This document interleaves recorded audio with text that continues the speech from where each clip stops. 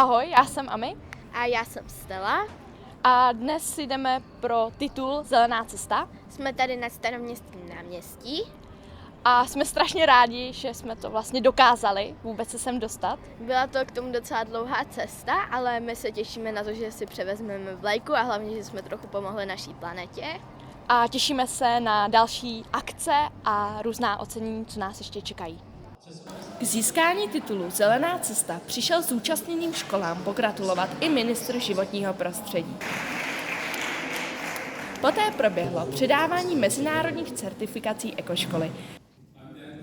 A nakonec jsme se zúčastnili oslavy 30 let programu Ekoškola.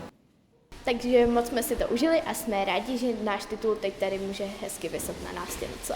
Bylo to velice inspirativní a těšíme se na další příležitosti, které nás v příštích letech čekají.